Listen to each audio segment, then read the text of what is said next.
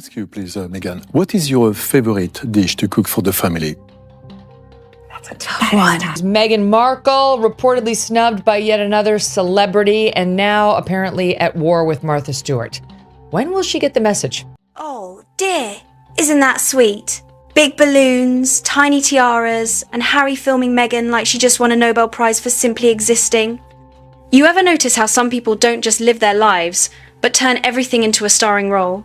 That's exactly what we're seeing here, and Meghan seems to be playing the lead. She staged what looked like a full-blown tribute.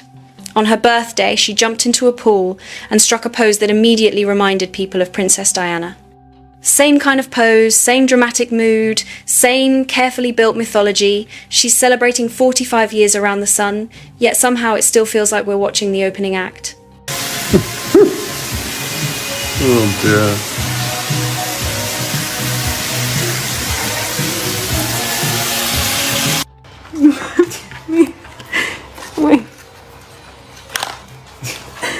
And seriously, who knows how long it took to get those legs positioned just right? That's Meghan Markle, the same woman who has spent years building a very specific royal image around herself, while Harry keeps stepping right back into the same storyline. Part of him, you might think, believes that if he waits long enough and looks closely enough, somehow that old royal connection will come alive again. That's one reason this whole saga gets so much attention. It's not just another Hollywood gossip story. It's a real-time lesson in image, branding, and perception. Lifestyle genius has just scored the ultimate revenge, brutally exposing her ironically via the Sussex propaganda organ People magazine as being a big fat gossip of breaking all of those private agreements that Prince Harry had made with King Charles. Most people don't recreate emotionally loaded images of their spouse's late mother for a birthday photo shoot. And most people don't have their own companies publicly celebrating their birthday either, like Meghan did. That wasn't simply marketing for as ever. It felt like a carefully designed publicity loop, where the personal brand and the birthday celebration became almost impossible to separate. Most people can easily name a favorite dish they make for their kids, yet the person presenting herself as a lifestyle expert still faces questions about what actually happens behind the polished image. Now seeing them every morning brings me such joy. I got inside to arrange it. I let go of the idea of perfection. That's why the last 14 days weren't really about Meghan celebrating Meghan or even complaining about her new movie, Cookie Queens, getting crushed by a collection of cat videos. It was brand maintenance wrapped around bad news, with a little armchair psychology thrown in. Harry had lost his court case, reportedly costing him millions.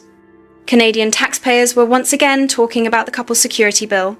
Oprah passed on another interview sequel, and Elon Musk somehow got pulled into the Sussex drama. But the final course was served by none other than Martha Stewart. Let's flip this so we can make this.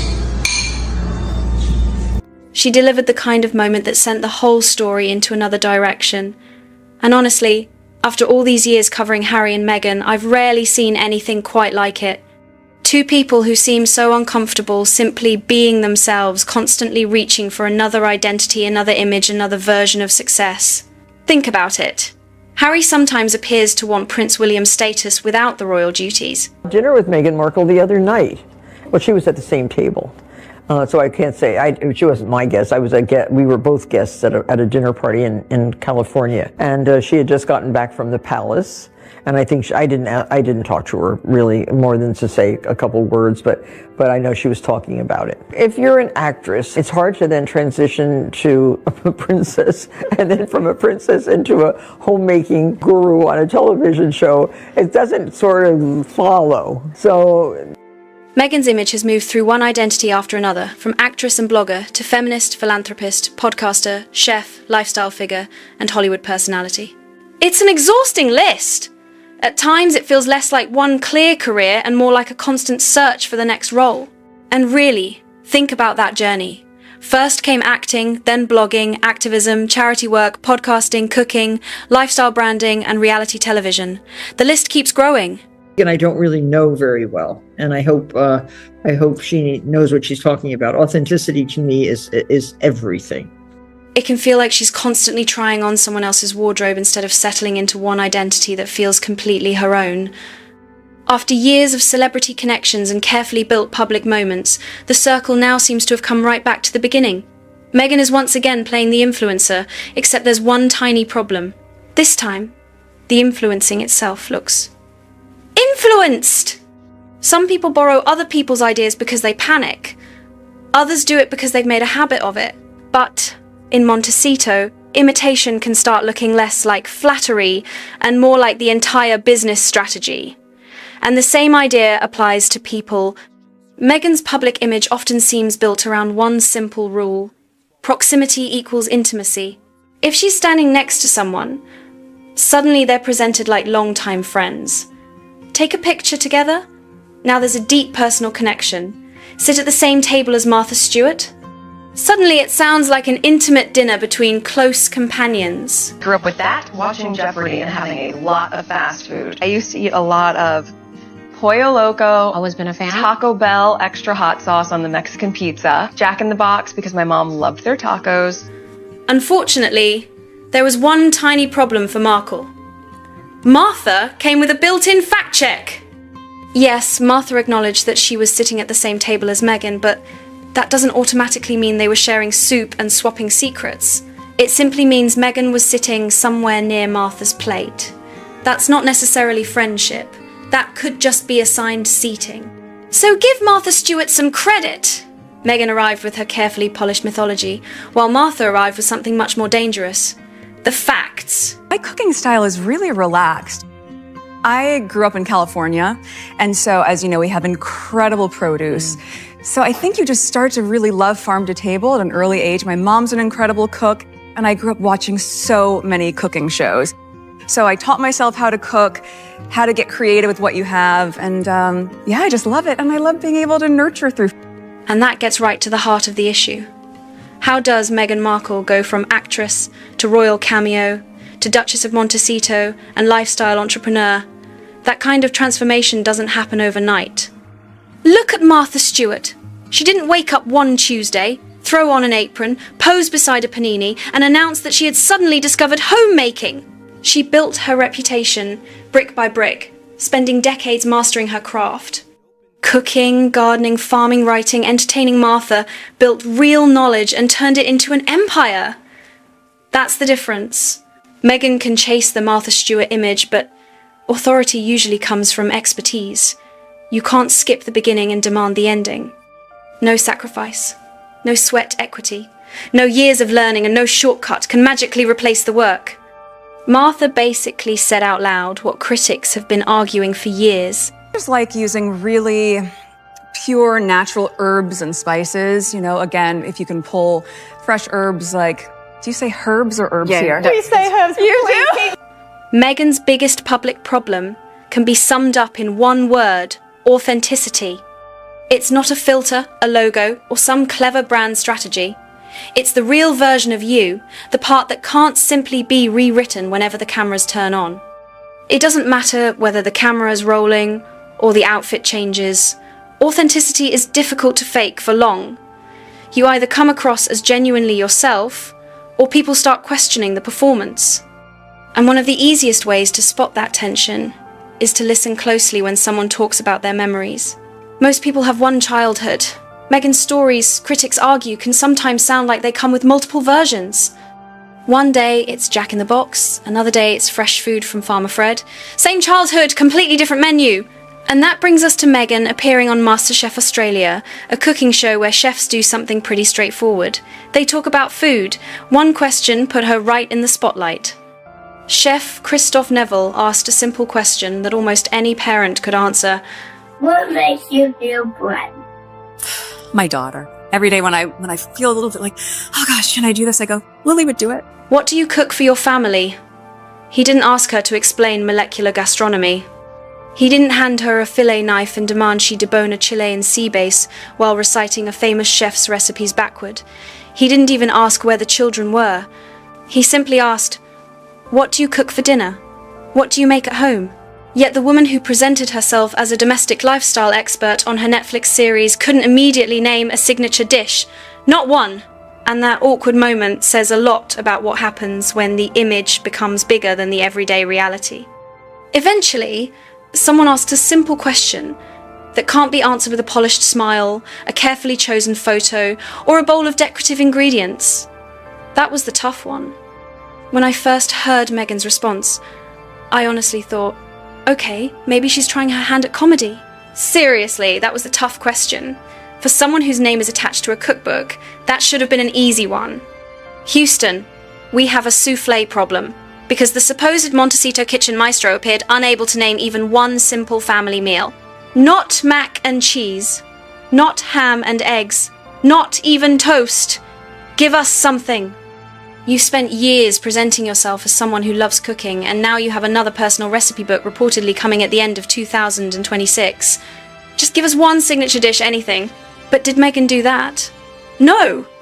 Instead, she took the conversation on a detour and started discussing how Australians pronounce the letter H in the word herbs. Let's be clear, she wasn't being asked to solve a global crisis.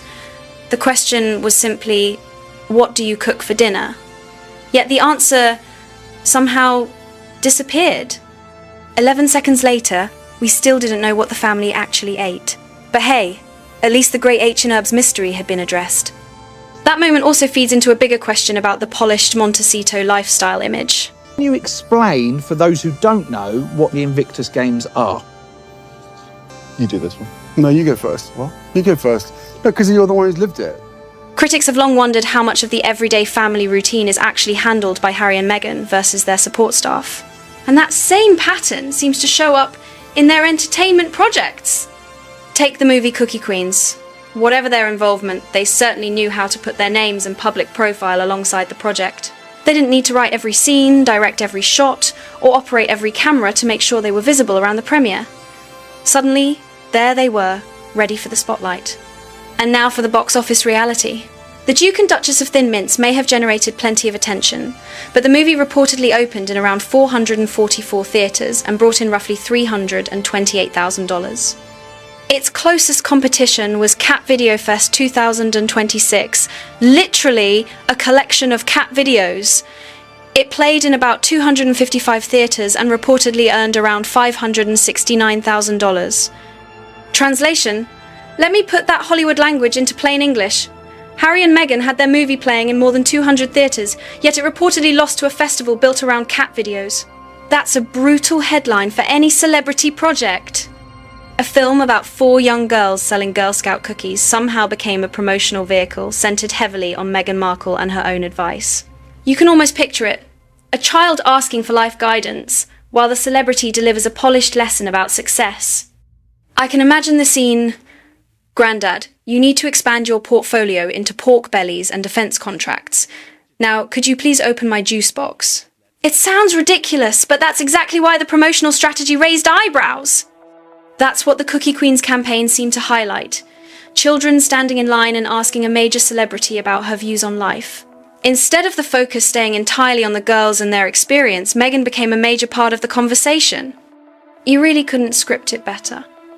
And at least we now have a new punchline. Harry and Meghan's natural box office predator might be the humble house cat.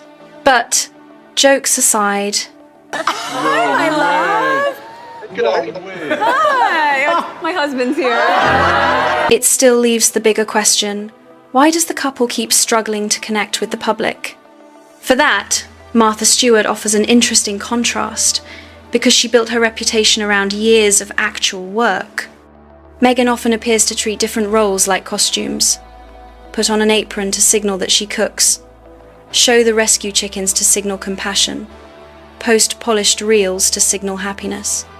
But eventually, the image can become so important that people start questioning what's underneath it. Harry has faced a similar credibility problem, although his focus has been different. His public identity is closely tied to Invictus. Yet whenever detailed questions come up about the games, critics argue that he sometimes seems less prepared than expected. And that's where the credibility gap becomes impossible to ignore. There it is. The Montecito marriage in miniature. Ask Mrs. Wannabe what's for dinner. No clear answer. Ask the public face of Invictus about Invictus. Suddenly, Harry seems happy to let someone else go first. The contrast is hard to miss. It might be comedy if the subjects weren't so serious. Meghan presenting herself as a home chef is one thing. It may look awkward, but it's ultimately harmless. Invictus is different. It was created around wounded and injured veterans, so questions about its money, leadership, and public image deserve serious answers. That's why critics have been asking about the cost of the games. A report on the 2025 games cited spending of about 63 million Canadian dollars for 543 competitors. That works out to roughly 116,000 Canadian dollars per competitor. Naturally, people want to know where that money went. Veterans deserve transparency, donors deserve transparency, and the public deserves transparency. Oh my God. This is great. So we're mine. And if Harry is trying to encourage the King to support future games in Birmingham, then the palace should have every reason to make sure the finances are properly reviewed before lending additional royal credibility. Nothing damages public trust faster than unanswered questions about money. There has even been a Change.org petition calling for Harry to be removed from Invictus, showing just how heated the debate has become. So how does Harry respond to all this criticism and controversy? Critics say the pattern looks familiar: limited public explanation, little engagement, and a tendency to move forward while the questions remain. Similar concerns have been raised around his involvement with other organisations, including African parks. And then there's the celebrity image machine. As we say in Greek, Malphus Phio Taui Sigma Epsilons. You illuminated us. Thank you, Harry. At this point, maybe there's another title that belongs on the resume.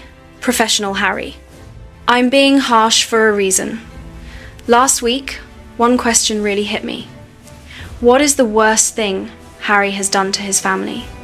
And that question deserves a much closer look. Was it the media battles, the public criticism of his family, or the way private family drama became part of the public conversation? Was it chasing headlines or putting his personal choices ahead of the monarchy? All of those were serious, but for me, they still weren't the worst. For me, the hardest part was what happened with Queen Elizabeth. Harry's decisions put her in an impossible position, forcing a choice between her role as queen and her role as a grandmother. God bless her, she chose her duty. No matter how you look at it, Harry's choices followed his grandmother through the final years of her life, right up until her death. That is something I personally find difficult to forget. For me, relationships are pretty simple. Yeah, I did change. Harry? Harry? Age? Age? Occupation? Full-time dad. British Army veteran. Prince of England. Duke.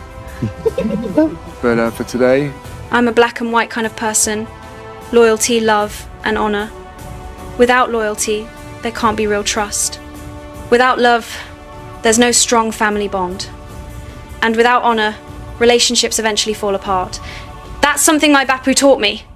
That's him right there in the picture, the way I'll always remember him, my king.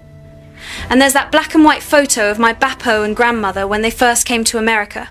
Before he passed away, my grandfather made me promise him two things.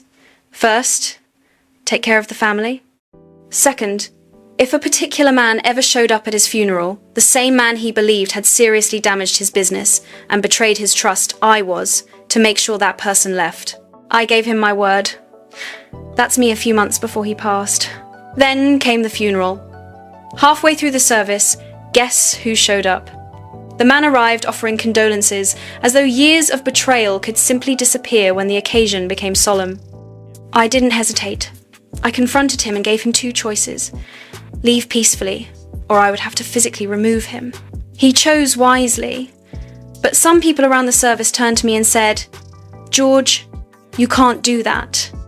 You can't be rude. You can't interrupt a funeral." I said, "No, the funeral is exactly why this matters." Even my fiancé at the time warned me, "If you're going to make this move, there's going to be trouble between us." Joanna! Oh, got tears in my eyes! I can see! Fantastic! Fantastic! What a surprise, Alistair. What? I told her, "Then maybe you chose the wrong man." You don't know me, because the man I loved lying there made me give my word. I break that promise for no one. That's loyalty, that's love, that's honour. Everything else is window dressing. And the real test doesn't come when the sun is shining and everything feels easy. It comes when keeping your word can cost you something. So when I see Harry trying to work his way back toward the royal family, I don't necessarily see a prodigal son simply looking for a family hug. I see someone trying to rebuild his position while also protecting his financial future. And entitlement isn't cheap on either side of the Atlantic. Right now, Harry and his legal team face a reported bill of around £34.5 million, connected to the court battle involving Associated Newspapers, according to claims circulating around the case. That's a staggering amount of money to deal with, especially while maintaining an expensive public image. And then there's Meghan's carefully constructed lifestyle brand. Megyn Kelly asked a pretty direct question. When will Meghan Markle finally get the message? For my 2 cents, the answer may come when the celebrity spotlight stops delivering the attention she expects. Until then, the Sussex brand seems determined to keep climbing the Hollywood ladder in reverse. Honestly, I can't remember seeing two people start with so much opportunity and then generate so much controversy around themselves. Just look at the last week. In the space of a few days, the Montecito lifestyle brand found itself tangled up in a public moment involving the real Martha Stewart. And seriously, who picks a public fight with Martha Stewart? That's like walking into a kitchen with a butter knife and challenging someone who has spent decades mastering the entire culinary arsenal. Martha has decades of experience, powerful industry connections, and a reputation that doesn't need much introduction. Going after that kind of heavyweight can turn a small disagreement into a much bigger problem.